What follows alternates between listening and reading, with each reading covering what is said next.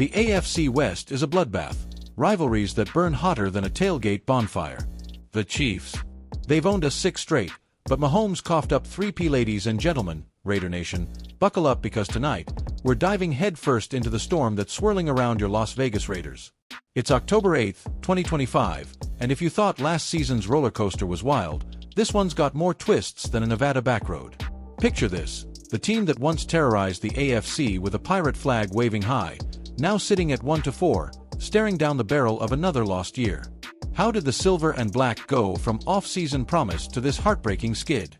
That's the question on every fan's mind, from the shadows of Allegiant Stadium to the die-hard tailgates in Oakland's ghost towns.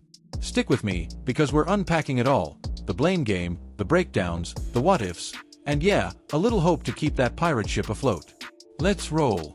First off, let's hit the headlines that have everyone buzzing, and trust me, it's not the kind of buzz you want after a Raiders win. Your boys in black and silver limped out of Week 5 with a soul-crushing loss to the Indianapolis Colts, dropping to 1-4 on the young season. It was a game that felt like déjà vu from the wrong nightmares: turnovers, special teams blunders, and a defense that couldn't quite seal the deal. Colts 23, Raiders 17, close enough to sting, far enough to scar. And this wasn't just any loss. It was the kind that exposes every crack in the foundation. CBS Sports' own John Breach didn't hold back, slapping the Raiders with an F, the lowest grade on the board. Ouch.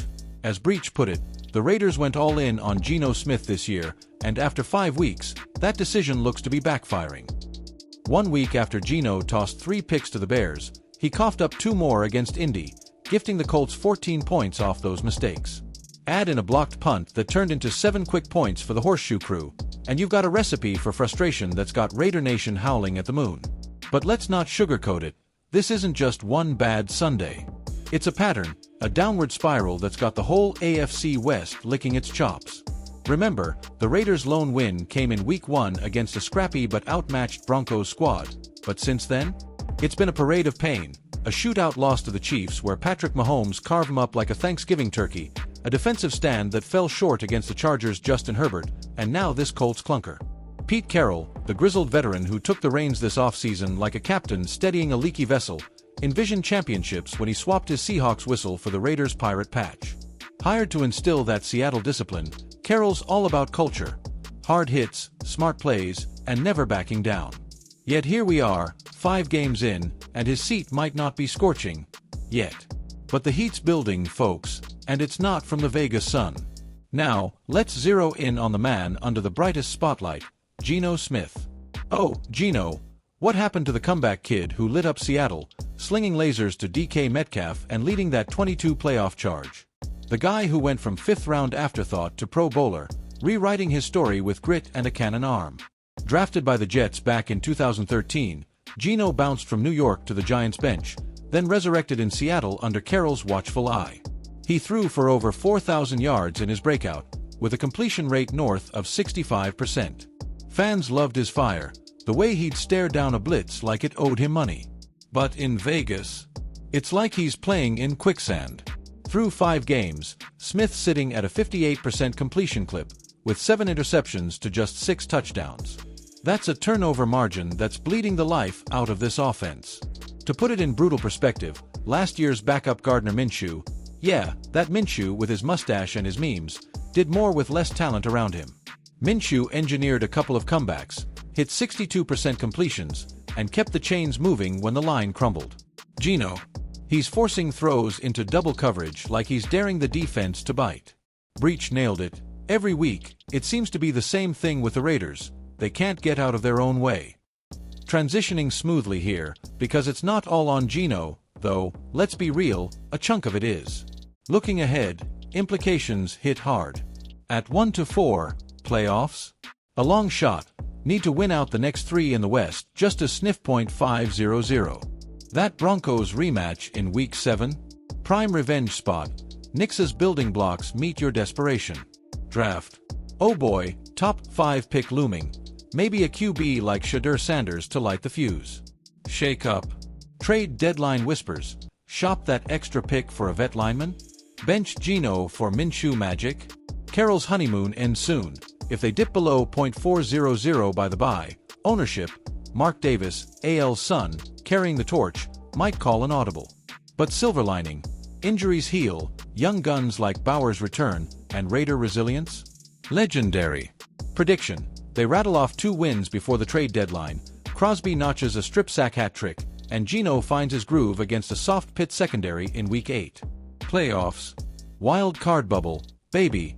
Stranger things in Sin City. Alright, Raider Nation, that's the unvarnished truth. Painful, but laced with that unbreakable spirit. From the concrete jungle of Oakland's Memorial Stadium to the glowing dome of Allegiant, you've stuck through haymakers and heartbreaks. This isn't the end. It's halftime in the greatest comeback story football's ever told. So fire up those grills, crank the silver and black till I die, and tune in next Sunday as your Raiders storm Denver. Will they pillage the Broncos? You bet we're calling it live right here. This is your anchor, signing off with a whoop whoop, commit to excellence, and let's turn this ship around. Stay silver, stay black, and keep the faith. Dix last week. The Chargers. Harbaugh's got him physical, but we split last year. And the Broncos. Peyton might be a wizard, but our history in Denver is a graveyard of wins. To get the pulse of the team, I caught up with a few voices in the locker room. Okay, hypothetically, because who wouldn't want these sound bites? First, Geno Smith, wiping the turf from his jersey, eyes steely as ever. Look, that wasn't me out there today. The interceptions? My bad, straight up. But I've been in foxholes like this. In Seattle, we started 2-5 one year and made the playoffs. Pete's preaching patience, Chip's drawing up daggers for Tennessee. Raider Nation, I see you. We're reloading, not retreating. Passionate, right? The guy's got that veteran fire, a Seattle native who walked on at West Virginia, scrapped his way to a third-round pick in 2012, and reinvented himself after years as a journeyman. From Jets bust to Seahawks savior with over 4,000 yards in 22, Geno's story is Raiders redemption waiting to happen. Then there's Jacoby Myers, the quiet assassin nursing a Gatorade in the corner. Frustrating man. I know Geno's got my back. We're clicking in practice, those quick outs and comebacks are there. But when the pocket collapses, it's like trying to catch rain in a colander. Against the Titans, though, their secondary's banged up. Give us a shot, and I'll make em pay. For the fans who drafted me late, hang tight, the touchdowns are coming. Jacoby's the epitome of Raider resilience. Undrafted out of NC State in 2019, he lit up Foxborough with 1,000-yard seasons, then jumped ship to Vegas for that big money deal. Folks, as the sun sets on this brutal Week 5, remember, the Raiders aren't defined by one scoreline. We're defined by the fight in our hearts, the pirate flag waving high. Raider Nation, dust off those jerseys, crank up some silver and black till I die, and let's pack Allegiant for that Titans tilt. Tune in Sunday, because when the silver and black hits the field, anything's possible. This is your Raiders Report. I'm your anchor name, signing off with a commitment. We'll rise. Just win, baby.